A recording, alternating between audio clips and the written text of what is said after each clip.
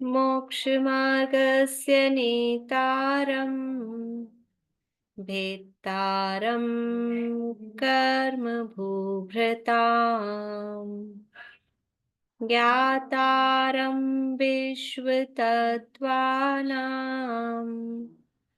वन्दे तद्गुणलब्धये वन्दे तद्गुणलब्धये मोक्षमार्ग के नेता एवं कर्म पर्वतों के भेदक और विश्व के सब तत्वों के ज्ञायक चेतन संवेदक सद्गुण आप समान प्राप्त हूँ यही भावना भाकर दे विनय पूर्वक करूं वंदना बारंबार जिनेश्वर दे बारंबार जिनेश्वर दे।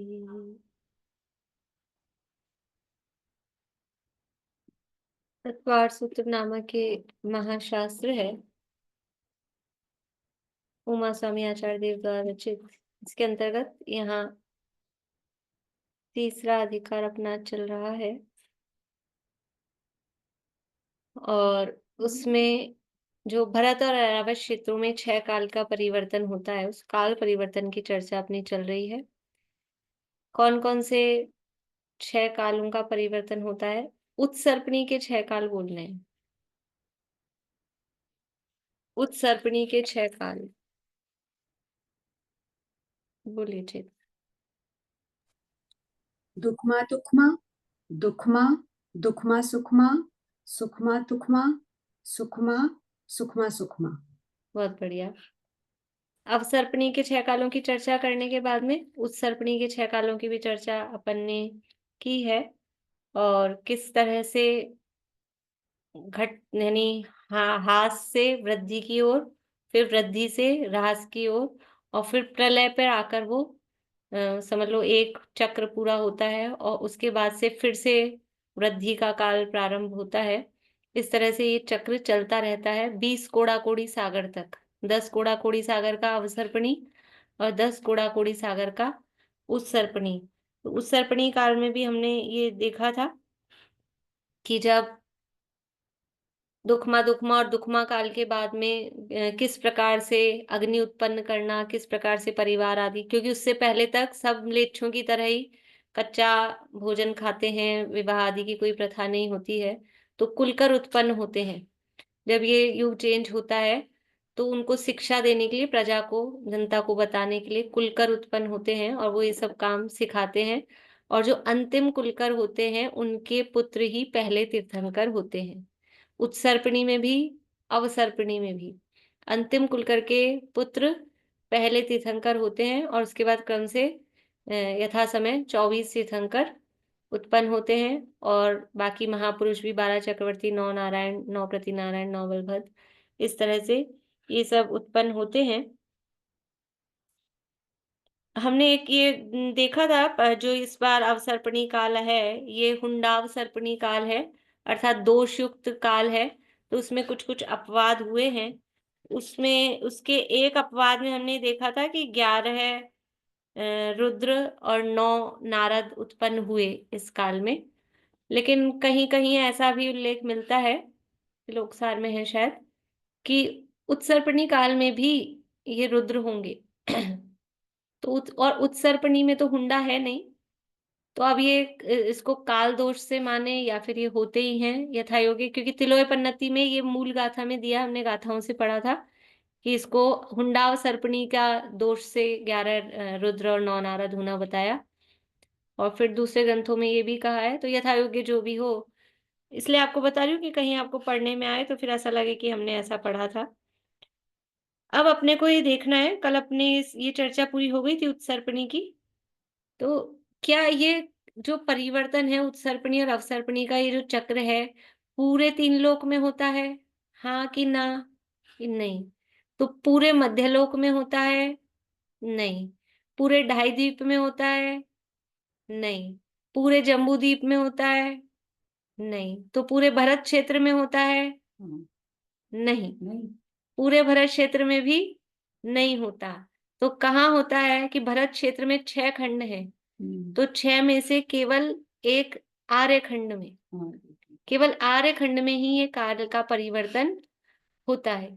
ठीक है, भरत और ऐरावत क्षेत्रों में आर्य खंड में काल का परिवर्तन होता है। तो फिर म्लेच्छ खंड जो बचे हैं 5, उनमें क्या होता है, कौन सा काल चलता है, ये तो बताओ भाई। काल तो चलता होगा ना कोई। तो पूरे अभी अपन देखेंगे पूरे 3 लोक में कौन सा काल चलता है, कि पूरे मध्य लोक में कौन सा काल चलता है, वो भी हम देखेंगे। काल चलता है मतलब किस तरह की परिस्थितियां वहां होती है। काल का मतलब है उस काल में जैसी परिस्थितियां होती है वैसी परिस्थितियां। तो ये जो चेंजेस हो रहे हैं, 6 काल वाला जो परिवर्तन है, यानी दुखमा दुखमा से लेके सुखमा सुखमा तक, और सुखमा सुखमा से लेके दुखमा दुखमा तक, ये जो काल की चेंजेस हैं ये केवल भरत और ऐरावत क्षेत्रों के आर्य खंड में होते हैं। तो सबसे पहला प्रश्न ये है कि म्लेच्छ खंड में क्या होता है। वहां एक तो प्रश्न ये भी हो सकता है कि वहां क्या घड़ियां रुकी हुई रहती है, वहां समय आगे बढ़ता ही नहीं है, क्या होता है वहां काल खिसकता ही नहीं है। कि देखो घड़ियां तो रुकी हुई कैसे रह सकती हैं, काल तो निरंतर परिणमन कर ही रहा है, और जो मूल में काल द्रव्य है वो सब द्रव्यों के परिणमन में निमित्त है। तो परिणमन तो सब जगह होता है, लेकिन यहाँ बात चल रही है कि ये 6 काल रूप जो परिवर्तन है वो कहाँ होता है और नहीं होता है। तो म्लेच्छ खंडों में ऐसा 6 काल का परिवर्तन नहीं होता है। वहां ना सुखमा सुखमा काल होता है, ना दुखमा दुखमा काल होता है, ना सुखमा काल होता है, ना दुखमा काल होता है। तो फिर कौन सा काल होता है, कि वहां पर सुखमा दुखमा काल भी नहीं होता है, जो जगन्य भोगभूमि वाला है वो भी नहीं होता है। तो फिर कौन सा बचा है, कि जो दुखमा सुखमा अवसर्पणी का चौथा काल, या उत्सर्पणी का कहो तीसरा काल। ठीक है, तो दुखमा सुखमा काल के प्रारंभ से लेके अंत तक और अंत से लेके प्रारंभ तक, इस तरह से काल का परिवर्तन वहां पर होता है म्लेच्छ खंडों में। जब यहाँ, पूरा सुन लीजिए एक बार, जब यहाँ अवसर्पणी काल चल रहा होता है आर्य खंड में, अवसर्पणी चल रहा है, डाउनफॉल वाला काल चल रहा है, तब वहां कैसी परिस्थिति होती है, तब वहां सुखमा सुखमा, वही के प्रारंभ से लेके अंत तक की, वहां पे भी डाउनफॉल वाला, यानी जब यहाँ पर जीवों की ऊंचाई और आयु वो अधिक है, कितनी है, अवसर्पणी के चौथे काल के प्रारंभ में जीवों की आयु और हाइट कितनी है, बोलो पारुल।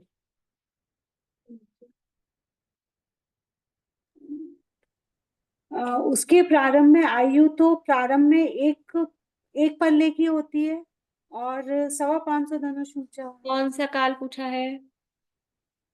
दुखमा सुखमा 120 वर्ष। अब 120 आ गया तो एक पल्ले हो रहा था, दोनों ही गड़बड़ है। दोनों ही गड़बड़ है। अब मम्मी सही करेंगी, बोलिए। 1 कोटि पूर्व और है ना, 1 कोटि और है पूर्व। ना, और 500 धनुष बढ़िया। ऊंचाई। यानी जो चौथा काल अवसर्पणी का है, दुखमा सुखमा, उसके प्रारंभ में जीवों की आयु 1 कोटि पूर्व और हाइट 500 धनुष या 525 धनुष, ठीक है, इतनी रहती है। और फिर घटते घटते जब ये दुखमा सुखमा काल का अंत आ रहा है, अवसर्पणी के चौथे काल का अंत आ रहा है, तो जीवों की आयु और हाइट कितनी बच रही है। ये दो अपन मतलब कंपेयर करने के लिए दो चीजों का अपन आधार बना रहे हैं, आयु और हाइट, सरल पड़ती है अपने को इसलिए। भाई सब लोगों ने पढ़ा है कि नहीं, ये पुराने लोग ही हाथ खड़ा करते हैं, इनके तो 4 बार पढ़े हुए हैं सब। तो बाकी लोग क्या करते हैं, बोली मीना चाची। 7 हाथ और 120 वर्ष की बढ़िया। आयु। 7 हाथ और 120, आयु 120 वर्ष और हाइट रह गई 7 हाथ, मतलब ये डाउनफॉल चल रहा है। तो जब ये स्थिति यहाँ रहती है, जब यहाँ आयु 1 कोटि पूर्व की है, तो म्लेच्छ खंडों के जीवों की भी आयु कितनी होती है उस समय, 1 कोटि पूर्व की, और हाइट वही 500 सवा 500 धनुष की। फिर धीरे धीरे यहाँ डाउनफॉल चलता है, तो वहां पर भी धीरे धीरे डाउनफॉल चलता है। धीरे धीरे आयु और ये हाइट कम होते होते आयु 120 रह जाएगी, हाइट 7 हाथ की रह जाएगी। फिर यहाँ आएगा पंचम काल अवसर्पणी में, है ना, यहाँ पंचम काल आया। वहां क्या होगा, वहां पंचम काल तो आएगा नहीं म्लेच्छ खंडों में। वहां क्या होता है, अब वहां पर वो 120 वर्ष की आयु और ये 7 हाथ की हाइट ये कांस्टेंट रहेगी, वो स्टेबल हो गई है वहां पर। और फिर यहाँ पंचम काल चल रहा है 21,000 वर्ष का। उसके बाद में दुखमा दुखमा आया छठा काल 21,000 वर्ष का। उसके बाद में उत्सर्पणी का दुखमा दुखमा फिर 21,000 वर्ष का। फिर उत्सर्पणी का दुखमा 21,000 वर्ष का। वहां कितनी आयु और कितनी हाइट चल रही है म्लेच्छ खंडों में, वही 120 आयु 7 हाथ की, वो कांस्टेंट चल रही है। फिर यहाँ उत्सर्पणी का तीसरा काल आया दुखमा सुखमा, ठीक है। तो अब क्या है, बढ़ेगी 120 से, बढ़ती बढ़ती दुखमा सुखमा के अंत तक कितनी पहुंच रही है, 1 कोटि पूर्व, 1 कोटि पूर्व पहुंच रही है, और हाइट वही 500 सवा 500 धनुष। अब वहां म्लेच्छ खंड में भी ये हाइट और आयु बढ़ना चालू हो जाएगी। जब यहाँ पर तीसरा काल आएगा, जब महापुरुष होंगे, तब वहां पर भी आयु और हाइट बढ़ना शुरू हो जाएगी। समझ में आ रही बात। जब यहाँ अवसर्पणी का चौथा काल था, जब महापुरुष हो रहे थे, तब अवसर्पणी में जैसे डाउनफॉल चल रहा था, वैसे वहां आयु और हाइट में डाउनफॉल चला। उसके बाद में यहाँ पांचवा छठा काल आया अवसर्पणी का, तो वो स्थिर हो गई, जितनी थी उतनी मेंटेन रही। फिर उत्सर्पणी का दुखमा दुखमा और दुखमा काल आया, तो भी वही वही चल रही है। वहां प्रलय नहीं आती है, वहां दुखमा दुखमा काल ये सब नहीं होता है, वहां जो चल रहा है वैसा ही चला रहता है। और फिर जब यहाँ पर महापुरुष होते हैं और काल ऊपर बढ़ता है, यानी जिस हिसाब से वो आयु और हाइट बढ़ती है, तो फिर वहां वो बढ़ना चालू होती है। फिर वापस उत्सर्पणी का यहाँ पर क्या होता है, भोग भूमि का काल आ जाता है, सुखमा दुखमा काल आएगा। फिर वहां क्या होगा, वहां पर अब वो कांस्टेंट हो जाएगी, 1 कोटि पूर्व की आयु और 500 धनुष की हाइट, वो कांस्टेंट हो जाएगी। कितने टाइम के लिए कांस्टेंट हो जाएगी, कि ये पूरा दुखमा सुखमा ये वाला चौथा काल उत्सर्पणी का, फिर दुखमा पांचवा काल, फिर नहीं दुखमा नहीं, सुखमा पांचवा काल, और सुखमा सुखमा छठा काल उत्सर्पणी का, फिर अवसर्पणी का सुखमा सुखमा सुखमा और सुखमा दुखमा, यानी इतने टाइम तक वो उतनी कांस्टेंट रहेगी। फिर यहाँ पर जब तीर्थंकर आदि होंगे अवसर्पणी में, फिर वो डाउनफॉल की तरफ जाएगी। समझ में आई चीज, बोलिए भाई साहब। ये कह सकते हैं 18 कोड़ा कोड़ी हाँ सागर तक जो है वो कांस्टेंट रहती है। हाँ, वही अभी मैं पूछने वाले थी कि ये कितनी दिनों तक कांस्टेंट रही है। 18 कोड़ा कोड़ी सागर तक वो 1 कोटि पूर्व वाली कांस्टेंट रही, और इधर 84,000 वर्ष कांस्टेंट रही। इतने समय तक वो कांस्टेंट रहती है। और फिर इसके पीछे लॉजिक है, क्या लॉजिक है, अगर वहां बढ़े घटे ही नहीं, जितनी है उतनी रह जाए, तो वहां एक फिक्स कर दें, म्लेच्छ खंडों में 1 कोटि पूर्व की आयु और 500 धनुष की हाइट, ये फिक्स कर दें, तो क्या दिक्कत है, कोई दिक्कत है, बोलो पारुल। भाभी जब चक्रवर्ती दिग्विजय के लिए निकलता है तो रानियों की हाइट और वो एज मैच नहीं करेगी। बढ़िया, बहुत अच्छा। क्योंकि ये हमने पढ़ा है, चक्रवर्ती है वो दिग्विजय के लिए जाता है, 6 खंडों को जीतता है, और वो वहां से शादियां भी करके लाता है। उसकी 96,000 में से 32,000 रानियां म्लेच्छ खंड से होती हैं। तो वो तो है, चक्रवर्ती तो है समझ लो अभी 8-10 हाथ का, और वहां हमने फिक्स कर दी हाइट 500 धनुष की। तो उसकी रानी तो इतनी लंबी ताड़ की जैसी, वो दिखेगा बच्चा, वो रानी गोदी में लेके घूमेगी पतिदेव को, कैसे कैसा लगेगा। तो वो जैसे जैसे यहाँ पर हाइट और आयु, अब रानी की तो आयु चल रही है 1 कोटि पूर्व की, और ये भाई साहब तो सिधार ही जाएंगे उससे पहले, इनकी आयु 100 साल की रहेगी। तो इसलिए वो मैचिंग नहीं होती है, मतलब ये लॉजिक ऐसा है, वस्तु व्यवस्था ही ऐसी है, प्रकृति में ही इसलिए व्यवस्था ऐसी है कि जब यहाँ पर जीवों की हाइट और आयु और ये सब घट रहा है, तो वहां पर भी उस हिसाब से घटता है, और जब यहाँ बढ़ता है तो वहां पर भी बढ़ता है। बस ये काल परिवर्तन म्लेच्छ खंडों में होता है, इसके अलावा 6 काल वाला काल परिवर्तन नहीं होता। तो अब हम प्रश्न पूछेंगे, म्लेच्छ खंडों में काल परिवर्तन होता है कि नहीं होता है?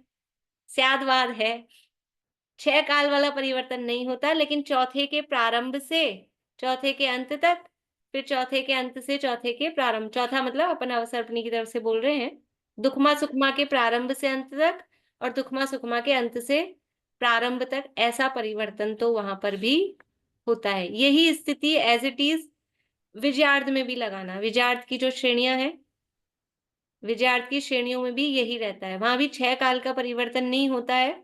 विजयार्ध की श्रेणियां ख्याल में है?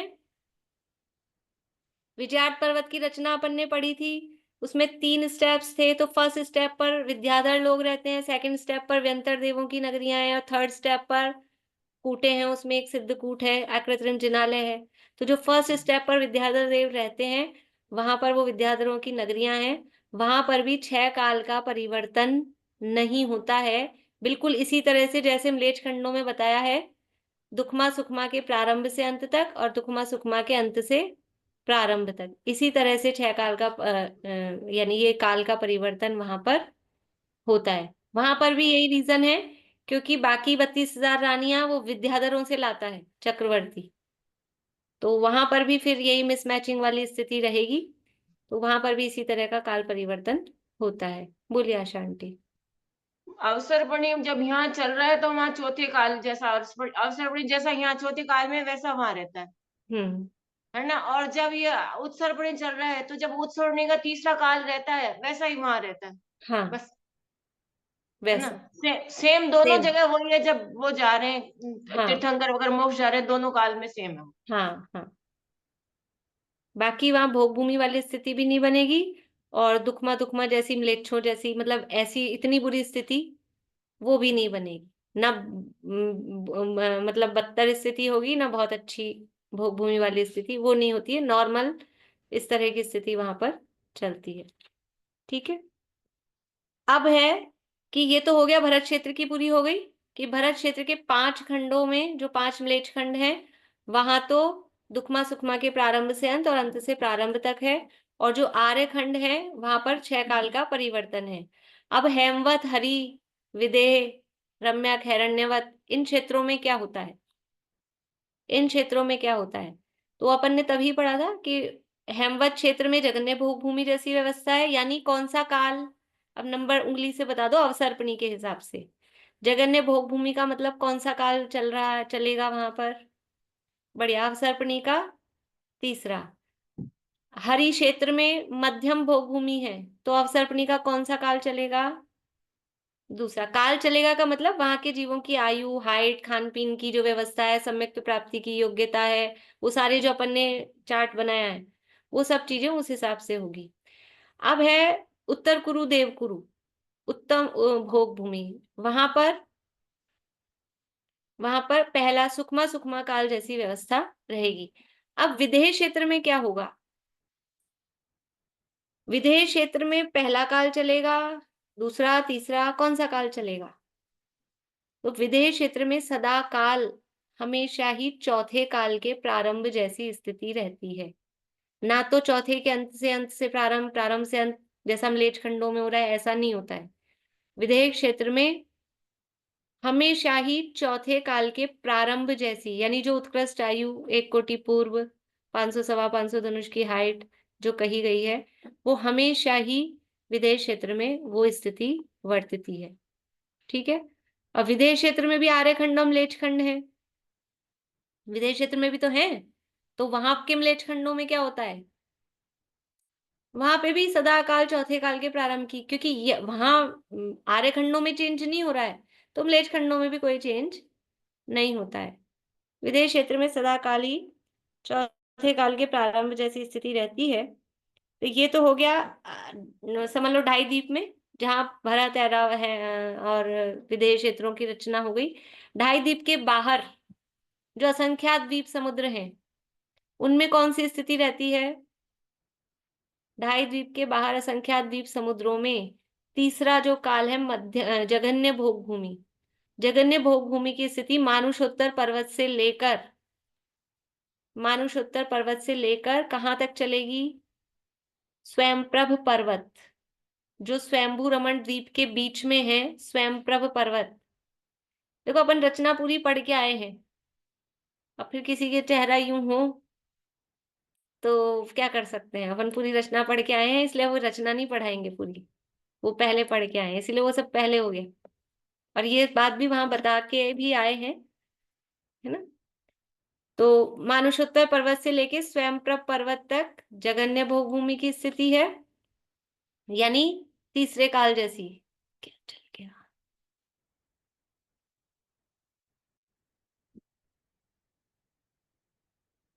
आवाज आ रही है? अब स्वयंप्रभ पर्वत के बाहर जो आधा स्वयंभू रमण द्वीप है और पूरा स्वयंभू रमण समुद्र है, वहां क्या है? वहां कौन सा काल वर्तता है? पढ़ाया है तब, उंगली से बता सकते हैं कौन सा काल वर्तता है। 1 2 3 4 5 6 ही तो है अपने पास।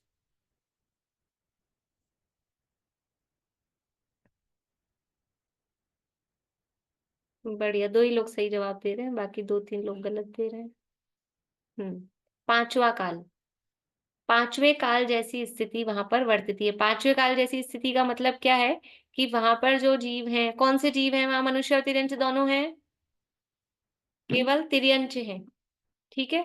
तो उनकी आयु, हाइट, खाने पीने की जो भी कंडीशंस हैं, वो सब जैसी पंचम काल में, यहाँ पर पंचम काल मतलब दुखमा काल में जैसी होती है, वैसी स्थिति वहां पर रहती है, चौथे काल जैसी नहीं, ठीक है। यानी आयु होगी 120 वर्ष, हाइट, मनुष्य तो है नहीं तो तिर्यंचों की यथा योग्य वैसी हाइट तो होगी नहीं तिर्यंचों की, तो महामत्स्य होता है स्वयंभू रमण समुद्र में, वो 1000 योजन का, वो मतलब उस हिसाब से यथा योग्य वहां पर व्यवस्था समझना। और भोग भूमि नहीं है मतलब पेड़ पे लगा लगाया ऐसा नहीं मिलेगा, वहां कर्म भूमि वर्तती है, मतलब भोग भूमि नहीं है। बीच के असंख्यात द्वीप समुद्रों में तो भोग भूमि है तिर्यंचों की ही, मनुष्य तो वहां भी नहीं है, लेकिन वहां भोग भूमि है। सबकल्प वृक्ष वगैरह तिर्यंचों के लिए भी है। पर आगे स्वयंप्रभ पर्वत से आगे स्वयंभू रमण द्वीप में और स्वयंभू रमण समुद्र में, वहां कल्प वृक्ष आदि नहीं है, जो भी मिट्टी विट्टी जो भी होता है, वनस्पतियां जो उगती है उस हिसाब से वो अपना जीवन यापन करते हैं। अब ये हो गया मध्य लोक पूरा।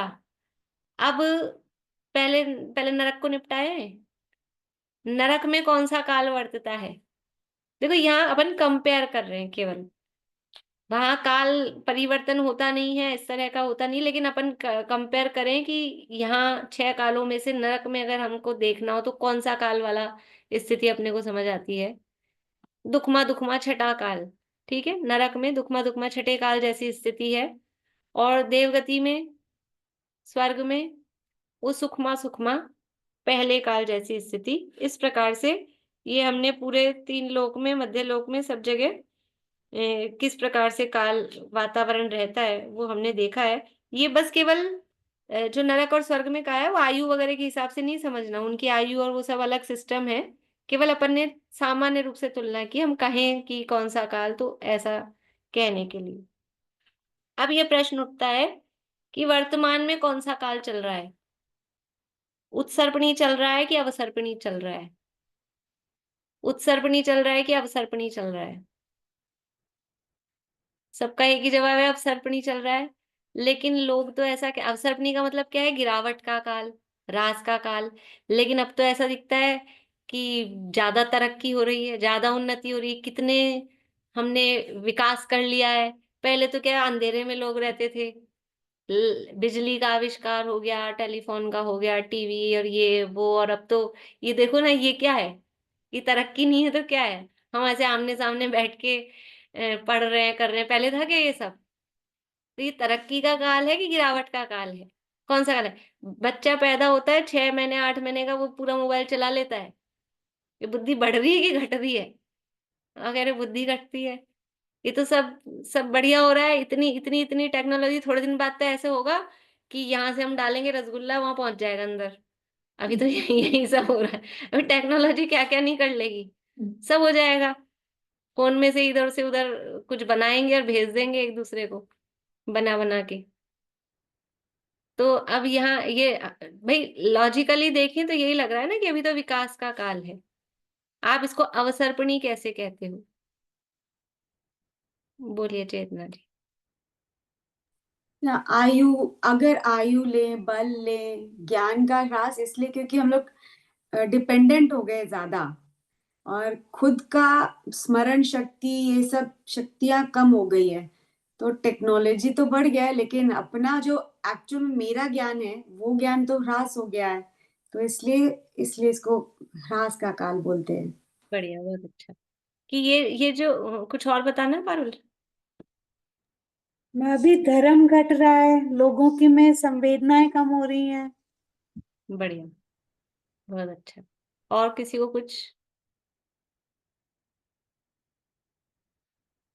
देखिए ये जो जो ये कहा है ना अवसर्पणी का मतलब, जो उसमें कंडीशंस दी थी, आयु, बल, शरीर की ऊंचाई, बुद्धि। तो बुद्धि वास्तव में बढ़ नहीं रही है, बुद्धि से ही मेन लगता है हमको। ये बुद्धि, हम डिपेंडेंट हो गए हैं। पहले जब मोबाइल नहीं थे हमको 2-4 फोन नंबर याद होते थे, होते थे कि नहीं होते? अभी एक फोन नंबर याद नहीं होता है अपने को, क्योंकि उसमें सब लिखा है। कुछ भी याद नहीं होता है सबके, हमारे पास मोबाइल घूम जाए तो उसको लगता है जिंदगी गई, क्योंकि सब कुछ इसी में है।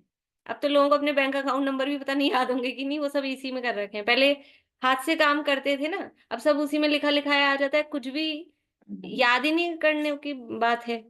पहले के जमाने में हमारे पिताजी मतलब जरा जरा सी ऐसे पौनी ऐसी वाली कैलकुलेशंस होती है ना, वो ऐसे 1 सेकंड में कर दे, अपन कैलकुलेटर में टाइप करो ना, इतनी देर में तो वो कर देते थे। और अपने से अपने को 16 का 18 का पहाड़ा भी है ना, ऊपर से नीचे तक बोलना पड़ेगा, एकदम से नहीं आएगा कि कितना होता है। कैलकुलेटर पे डिपेंडेंट हो गए। आजकल एग्जाम्स में भी अलाउ हो गई है सब ये चीजें, तो वो भी नहीं रहा कि चलो एग्जाम के लिए बच्चे तो करेंगे। तो वास्तव में ये घट रहा है। धर्म की भावना, धार्मिक भावना, सहनशीलता। हाँ, ये जो अपन ने उसमें भी पढ़ा था ना कि धीरे धीरे वो उनमें धैर्य सहनशीलता आने लगती है। उत्सर्पणी में अपन ने पढ़ा था। अभी अवसर्पणी है, सहनशीलता घट रही है। इतने तलाक और ये और वो और ये सब क्यों हो रहे हैं? ये है ही नहीं, सहनशीलता नहीं है किसी में। जॉइंट फैमिली की परंपरा ही नहीं रही, कोई किसी को सहन नहीं कर सकता। पहले 20-20, 30-30 लोगों की जॉइंट फैमिली होती थी। तो ये सब क्या है? ये अवसर्पणी काल है वास्तव में। ये थोड़ी बहुत टेक्नोलॉजी, ये टेक्नोलॉजी जो भी दिख रही है, ये हमको ह्रास की तरफ ही ले जा रही है वास्तव में। हमारी शारीरिक शक्ति बिल्कुल खत्म हो रही है। जितनी मशीनें आ गई हैं, मिक्सियां आ गई हैं और जो भी है, तो शरीर में अब ताकत नहीं रही, हर काम मशीन से करना है। इसलिए वो घट ही रही है वास्तव में। जो भी कुछ ये सब चीजें दिख रही हैं, तो ये हमारी शक्ति को कम करी। बीमारियां कैसे हो गई इतनी? पहले इतनी तरह की बीमारियां होती थी क्योंकि ये सब ये टेक्नोलॉजी का काम है। जितने ये जो बिजली वाले उपकरण अपन किचन में यूज लेते हैं, माइक्रोवेव है, फ्रिज है, या ये कुकर वगैरह भी हैं, कैसरोल्स हैं, ये सब बीमारी के कारण हैं। कोई स्लो, कोई माइक्रोवेव वगैरह के लिए तो सुना ही होगा, डायरेक्टली इंडक्शन है। ये सब बिजली से जो जो जो चीजें चलती हैं, ये सब कैंसर के कॉज हैं। कैंसर को पैदा करते हैं ये सब। प्लास्टिक, पहले कोई बर्तन प्लास्टिक, कोई थैलियां प्लास्टिक की नहीं होती थी, कागज की थैलियां आती थी। प्लास्टिक है वो कैंसर का कारण है। तो ये हमको लग रहा है हमने विकास किया है, हाँ, लेकिन कोई विकास नहीं है, ये सब ह्रास की तरफ ही जा रहा है वास्तव में। बोलिए आशा आंटी। कुछ हुंडा में कुछ अच्छा भी तो होता होगा ना, जैसे जूम हाँ चल रहा है, हम पढ़ रहे हैं, तो ये भी हुंडा का कोई अच्छी भी बात है ना। हाँ, है ना, हमने कहा ना हुंडा में ये भी अच्छा हो सकता है कि मोक्ष चले जाए। अभी हुंडा सर्पणी काल के करो तो सही, दीक्षा लो और जा सकते हो। हुंडा काल है, कुछ भी हो सकता है। देखो ये हुंडा सर्पणी काल है। हाँ, हुंडा काल है, कुछ भी हो सकता है। करना चाहो कुछ तो। अच्छा भी तो हो सकता है। ये अच्छा, ये भी हो रहा है, ये हुंडा का काल है, ये अच्छा हो रहा है। ये हमने ये टेक्नोलॉजी को हम अच्छे काम में ले रहे हैं, तो ये अच्छा काम हो रहा है। कोई जरूरी थोड़ी कल की हो, कोई बढ़िया भी हो जाए, अच्छा भी हो जाए काम। बिल्कुल बिल्कुल। भाई हम तो अभी पढ़ रहे हैं, अभी समझ रहे हैं। देखो हुआ ही ना, कल की हाँ। का तो दिया है शास्त्रों में। लेकिन अभी कुछ युग में इस तरह के भी तो कुछ महापुरुष हुए हैं जिन्होंने धर्म में बिल्कुल चेंज, हमको ये धर्म का स्वरूप बताया। क्या पता ऐसा भी पहले तो, समय सार पढ़ाई नहीं हो हाँ आज तक। हाँ, तो ये समय सार का मर्म हमको कैसे पता लगा? ये जो अभी विद्वान हुए, पढ़ाई नहीं हो। जो महापुरुष हुए हैं, ये भी इस हुंडा काल का ही समझ लो प्रभाव है, अच्छा भी प्रभाव है। और ये सब अपने को इतने संकुल और ये सारा समागम ये सब मिल रहा है, इतनी जिनवाणी, ये भी घर हुंडे का घर बैठे घर बैठे। घर बैठे। बिल्कुल, हाँ। बोलिए बुआ। तो एक राजस्थान का गांव है बेटी, तो हाँ वहाँ 185 कंबाइंड में रह रहे हैं वो लोग, और मोबाइल नहीं है उनके पास दिन भर मतलब है कोई कोई गांव में जहाँ ये टेक्नोलॉजी नहीं है मोबाइल वाला। कोई तो खुद वो अंदर से हाँ मतलब इसके लिए रहे तो हाँ हाँ वो एक साथ रह रहा है बढ़िया। गांव में। हाँ तो ये मतलब ये विचारणीय बात है कि कहने को हम कहते हैं कि मतलब लोग ऐसा तर्क देते हैं, दे भी सकते हैं आपको भी, कि अवसर्पणी कहाँ है, अब तो उत्सर्पणी है, तो ऐसे कहने की बातें हैं। तो वास्तव में ये अवसर्पणी ही काल है, और धीरे धीरे ह्रास की तरफ ही जा रहा है। तो हमको क्या करना है? हमको तो अपने को बचाना है। अब दुनिया में जो हो रहा है, जो हो रहा है, टेक्नोलॉजी आए जा रही है, तो क्या करें? कोई जबरदस्ती आके कहता है क्या कि आप इस टेक्नोलॉजी को यूज लो? इतने सब चीजें चल रही हैं और पता नहीं क्या क्या प्रोडक्ट्स हैं मार्केट में, कोई जबरदस्ती तो है नहीं किसी की। यदि हम चाहें हम पक्के हो जाएं, तो हम उसके प्रभाव में नहीं आए, तो हम अपनी बुद्धि को यू बचा के रख सकते हैं। हाँ, हम कुछ अपने लाभ के लिए, धार्मिक इस तरह के लाभ के लिए हम उसको यूज लेते हैं, तो अच्छी बात है। लेकिन ये जितना धर्म में यूज लेने वाले तो कम है, बाकी ये हमको विषय भोगों में ही उलझाने वाली हैं ज्यादातर ये चीजें। तो इसलिए जितना हो सके खाना खाते तो खाना हाँ तभी गलत असर होता है। सही में, यानी क्यों नहीं वो पोषण, इतना अच्छा खाना खाते हैं, इतने पौष्टिक पदार्थ खाते हैं, लेकिन टीवी और मोबाइल के आगे बैठ के खाते हैं, खिलाते हैं बच्चों को, तो वो क्या तो गुण करता है? कुछ नहीं गुण करता है। और इसीलिए वो फायदा नहीं होते उस चीज के।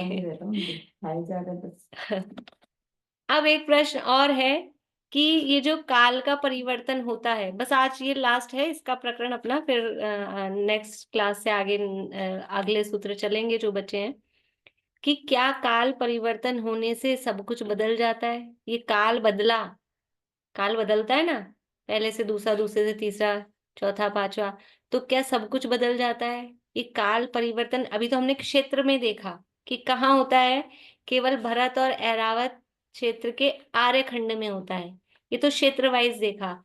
लेकिन हम द्रव्य की अपेक्षा से देखें, काल तो खुद है ही, क्षेत्र हमने देख लिया, द्रव्य और भाव की अपेक्षा से देखें कि क्या सब द्रव्य बदल जाते हैं, क्या सब भाव बदल जाते हैं, कि काल परिवर्तन का प्रभाव किस पर आ रहा है, काल परिवर्तन का प्रभाव उस क्षेत्र में किस प्रकार से आ रहा है।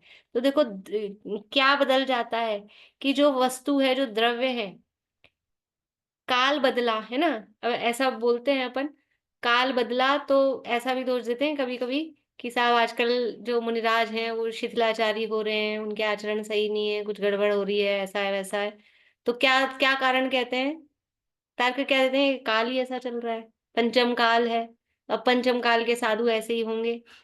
अरे पंचम काल के साधु ऐसे होंगे तो क्या काल परिवर्तन से देवशास गुरु का स्वरूप बदल जाता है? काल बदल रहा है तो अच्छा, हम पंचम काल के साधु तो ऐसे शिथिलाचारी मान लें, तो फिर पंचम काल के देव, फिर पंचम काल के देव भी थोड़े वस्त्र वाले, आभूषण वाले, अगल बगल में स्त्री वाले, उनको मान लो फिर।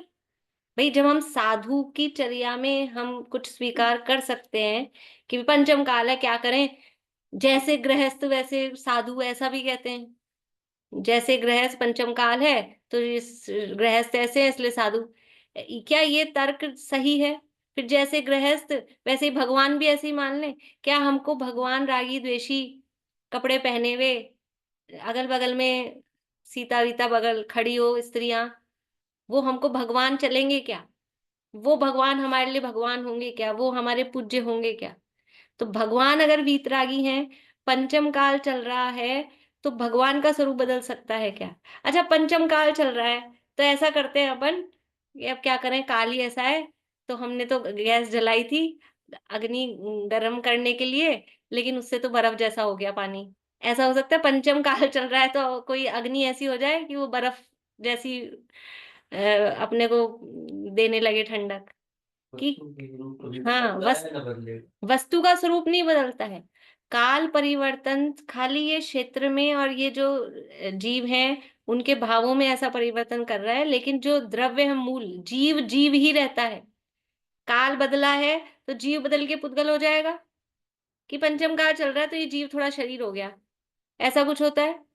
कि जीव जीव ही रहेगा, पुद्गल पुद्गल ही रहेगा, पंचम काल हो चाहे कोई सा भी काल हो। पुद्गल बदल के जीव नहीं हो जाएगा, पुद्गल बदल के धर्म धर्म आकाश काल नहीं हो जाएगा, पुद्गल पुद्गल ही रहेगा। ठीक है, मैं ऐसा नहीं कह रही हूं कि सोना बदल बदल के चांदी नहीं होगा, क्योंकि वो तो काल के हिसाब से हो जाता है। ऐसे तो परिणमन, क्योंकि वो पुद्गल ही है। खान में वही खान, कोयला और हीरा, पता है, काल के हिसाब से वही हीरा कोयला बन जाता है और वही कोयला हीरा बन जाता है, क्योंकि वो तो पुद्गल है, उनमें परिणमन हो जाता है। लेकिन वो कोयला और हीरा दोनों रहेंगे क्या? जीव तो नहीं हो गए, पुद्गल ही है ना। तो काल बदल रहा है, उससे पुद्गल जीव नहीं हो जाता, जीव पुद्गल नहीं हो जाता, धर्म धर्म आकाश काल अपना स्वरूप नहीं छोड़ते। देव शास्त्र गुरु का स्वरूप नहीं बदलता। काल कुछ भी हो, कोई सा भी काल हो, जो देवशास्त्र गुरु का स्वरूप है वो वही रहता है, उसमें कोई कंप्रोमाइज या उसमें कोई कमी नहीं होती है। काल परिवर्तन से 7 तत्व का स्वरूप बदल जाएगा। पंचम काल चल रहा है तो थोड़ा शुभ भाव से भी संवर होने लग जाएगा, है ना भाई। चौथे काल में तो शुभ भाव आश्रव का कारण होता है और पंचम काल में शुभ भाव संवर का कारण हो जाए, ऐसा हो जाएगा। और शुभ भाव करते करते ही मोक्ष हो जाए पंचम काल में, पंचम काल का थोड़ा अपने को डिस्काउंट सेल ऐसा मिल जाए कुछ, कि ऐसा नहीं होता है। जो केवल ये काल परिवर्तन है, ये थोड़ी सी जगह में और जीवों के भावों में, बस उसके आधार पे कहा गया है। वस्तु का स्वरूप बिल्कुल भी इससे नहीं बदलता है, ध्यान रखना है कि वस्तु का स्वरूप नहीं बदलेगा। हम जो लोग ये काल पे दोष देते हैं ना, इसलिए मैंने सीधा सटीक पहले वही कहा कि जहां जरा सी शिथिलाचार्यता आती है हम काल पे दोष देते हैं। हम चलो उनको तो जाने दो, हम अपने आचरण के लिए क्या कहते हैं, काल ही ऐसा है, अभी निभता ही नहीं है। क्या नहीं निभता है? श्रावक के आचरण नहीं निभते हैं, श्रावक के मूल गुण नहीं निभते, काल ही ऐसा है। ये काल वाल का कोई दोष नहीं है, इसमें हम निभाना नहीं चाहते हैं, अपनी ही शिथिलता है, इसमें कोई काल का दोष नहीं है। क्या मूल गुण नहीं निभता है? रात्रि भोजन त्याग नहीं निभता है, कि देव दर्शन का नहीं निभता है, कि मध्य मास मधु का त्याग नहीं निभता है? क्या नहीं निभता है? क्या दिक्कत है? दिक्कत केवल खुद की ही भावों की है, इसमें काल का कोई दोष नहीं है। तो जो जो श्रावक के नियम है, कि जो मुनि के नियम है, कि जो भगवान का जो स्वरूप है वो किसी काल में नहीं बदलता है, चाहे पहला काल हो चाहे पंचम काल हो, भगवान का स्वरूप वही रहता है। इस तरह से लेकिन जैसे लोग कहते हैं ना पंचम काल में, ऐसे शास्त्रों में लिखा है पंचम काल के मुनि ऐसे, मतलब साधु तो रहेंगे लेकिन, अरे तो वो पंचम काल के मुनि के नाम पे वो अपने आप को मतलब वो अपनी शिथिलाचार का पोषण कर रहे हैं। अब वो तो नाम ऐसा पड़ गया पंचम काल के मुनि क्योंकि वो शिथिलाचारी हैं, लेकिन मुनिराज कोई इस काल से प्रभावित नहीं होते। मुनि कोई ऐसे नहीं होते कि ये जो चौथे काल के और ये पंचम काल के, मुनि तो मुनि है। अब वो पंचम काल के तो नाम इसलिए डाल दिया कि वो शिथिलाचारी हैं, इसलिए उनके आगे टैग लगा दिया पंचम काल के। लेकिन क्या वो पूज्य ऐसा मतलब उससे उनकी पूज्यता हो जाएगी कि ये पंचम काल है? तो अगर वो अलग कर रहे हैं तो फिर पंच परमेश्वरी में उनका राम कैसे जा सकते हैं? वो पद तो हमेशा से ऐसा ही है। ये पद वही रहेंगे। नहीं, पद तो शास्त्रों में सब पहले लिखने में कैसे कितने लिखा है कि पंचम काल में ऐसे ही रहेंगे ये मुनि। वो पंचम काल में मुनि वेश धारण करके रहेंगे, तो जो लिखा किसने? आप ऐसा पूछ रहे हो कि ऐसा किसने लिखा? लिखने से थोड़ी ना हुए हैं, तो लिखा किसी शास्त्र में लिख दिया पंचम काल में ऐसे मुनि होंगे, इसलिए वो मुनि हुए हैं क्या? ऐसा नहीं है। वो ऐसे होंगे, इसलिए शास्त्रों में लिखा है कि पंचम काल में मुनि वेश धारण करने वाले जीवों की प्रवृत्ति ऐसी होगी, जो शिथिलाचारी होगी, जो प्रॉपर नहीं होगी। तो शास्त्रों में लिखा है, वहां तो जो होगा उसको बताया है, लेकिन शास्त्रों में बता दिया है, इसलिए अब हमको शिथिलाचार होना ही चाहिए, ये नहीं है। तो नहीं है, लेकिन शास्त्र में तो जो भाई वो होंगे, तो वो शास्त्रों में लिखा है कि भाई ऐसी ऐसी, अभी हम सारा हमने पढ़ा, पंचम काल में हर 1000 वर्ष बाद कल की होगा, वो धर्म का विध्वंस करेगा। तो फिर शास्त्रों में क्यों लिखा है? अरे जो होगा वो लिखा है ना। छठे काल के अंत में, हाँ, छठे काल के अंत में प्रलय आएगी, तो अब तो सबको सब कुछ तोड़ फोड़ करना पड़ेगा, पड़ेगा नहीं, वो तो आएगी ना, इसलिए लिखा है। तो पंचम काल में कुछ जीव मुनि वेश धारण करके ऐसी खोटी प्रवृत्तियां करेंगे, तो उनके बारे में लिखा है, लेकिन उससे वो वास्तव में सच्चे मुनि तो नहीं हो गए, ये यहाँ के। मतलब मुनि का स्वरूप नहीं बदला है। हाँ, मुनि का स्वरूप नहीं वही बदला है। है, मुनि का स्वरूप वही है। लेकिन आप मतलब वो एक माइनस टैग लगा के उनको हाँ, स्वरूप नहीं भाई बदला। पंचम काल का टैग लगा के हम उसको कोई हम सर्टिफिकेट नहीं दे सकते, हम उसको कोई अलाउ नहीं कर सकते, ये ऐसा नहीं है। पंचम काल का टैग लगा के कुछ भी हम कर दें, ये काल का दोष केवल इन चीजों में आया है। काल का दोष जो है वो जहां रास है वहां आया है। देवशास गुरु के स्वरूप में, सात तत्व के स्वरूप में, वस्तु के स्वरूप में, मूल द्रव्यों के स्वरूप में कोई परिवर्तन नहीं होता। यही तो बता रही, यही तो बात है। बोलिए आशा आंटी। हाँ, तो ये तो यूनिवर्सल ट्रूथ है ना भाई, वस्तु व्यवस्था संसार का जैसा स्वरूप है, या ये जो भी आपके ये है मतलब द्रव्यों की व्यवस्था, ये तो यूनिवर्सल ट्रूथ हमेशा से है, अनादि अनंत है ना ये तो। हाँ और कायदे से ये जो काल में जो चेंज आ रहा है, वो भी क्या द्रव्यों में थोड़ी आ रहा है, पर्यायों में आ रहा है एक तरह से। हाँ बिल्कुल, तो पर्याय नहीं, पर्यायों का चेंज है परिवर्तनशील। ना, द्रव्य का चेंज थोड़ी हाँ है, द्रव्य तो वही है ना। हाँ, ये मूल तो जो मूल काल वस्तु में परिवर्तन नहीं है। काल में जो चेंज हो रहा है, काल से जितने भी चेंज हो रहे हैं, अवसर अपने सब तो पर्यायों के चेंज है ना। बिल्कुल बिल्कुल। ये तो द्रव्य के चेंज थोड़ी। जीव के भावों में भी जो चेंज हो रहा है, तो हाँ, तो वो भी पर्याय है ना। बिल्कुल हो वही वही वही भावों के आधार पे वास्तव में ये जो परिवर्तन कहा जा रहा है ना, तो हम नाम तो ऐसे लगाते हैं पंचम काल के जीवों के ऐसे भाव होते हैं, वास्तव में जीवों के ऐसे भाव होते हैं, इसलिए उस काल को पंचम काल कहते हैं। हाँ। वास्तविकता तो ये है। भाई द्रव्य का स्वभाव तो सेम ही है ना।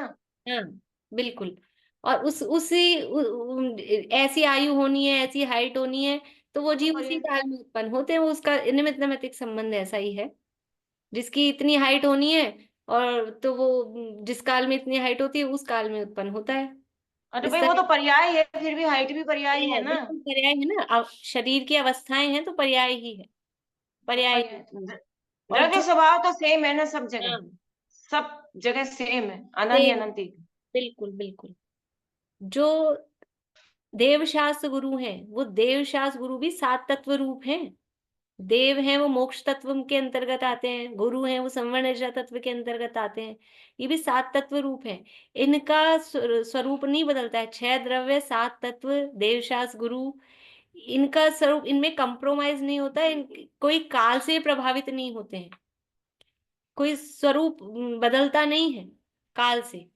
जो मूल वस्तु है, काल से प्रभाव हो रहा है, को केवल टेम्पररी जो भाव हैं जीव जीव के, उसमें काल से प्रभावित हो रहा है, उसके अलावा और कहीं काल प्रभाव नहीं डालता है। ये बात समझकर, जैसे क्रमबद्ध पर्याय को समझकर निश्चिंतता आई ना अपने को, ऐसे ही ये काल का ये स्वरूप समझकर कि कहाँ परिवर्तन होना है और कहाँ नहीं परिवर्तन होना है, मैं कैसा हूँ, मैं इस काल के परिवर्तन से मैं परिवर्तन स्वरूप होता हूँ क्या, मैं पहले काल में हुआ तो भी मैं ज्ञान स्वभावी था, मैं चौथे काल में हुआ तो भी मैं ज्ञान स्वभावी, और जब कभी मैं कभी छठे काल में उत्पन्न हुआ तो भी मैं ज्ञान स्वभावी।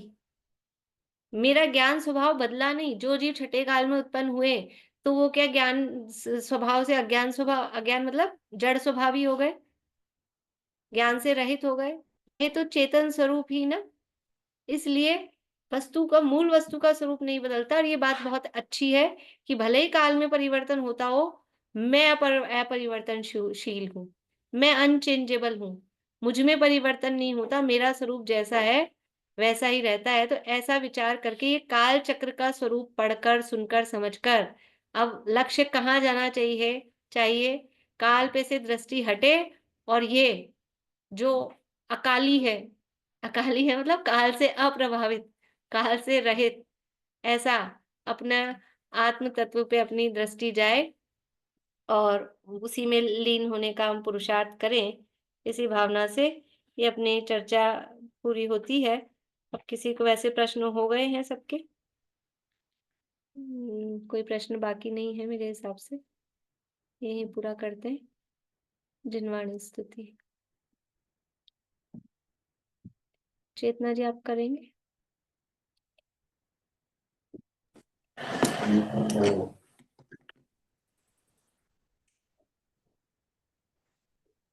रत्नत्रय मुक्ति का मार्ग है अद्भुत, चैतन्य रत्नाकर अद्भुत से अद्भुत।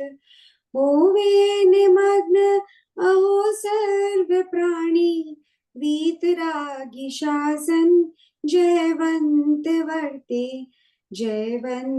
वर्ते सर्वज्ञ देव, जयवंत वर्ते निर्ग्रंथ गुरुवर, जयवंत वर्ते श्री जिन वाणी, जिन धर्म जिन तीर्थ, जयवंत वर्ते शुद्धात्मा का श्रद्धान वर्ते, अनुभूति निर्मल अविचिन्न वर्ते, आवागमन से निर्मुक्ति होवे, मुक्ति का साम्राज्य जयवंत वर्ते, सर्वज्ञ शासन जयवंत वर्ते, निर्ग्रंथ शासन जयवंत वर्ते।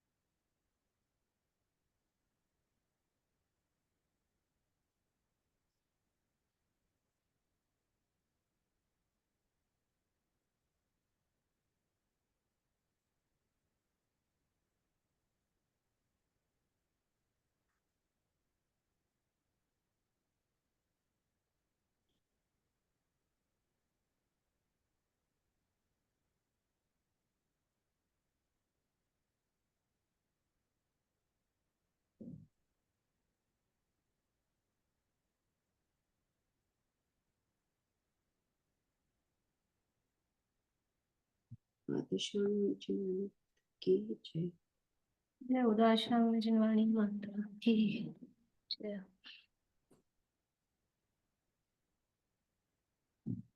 जय श्री सभी को।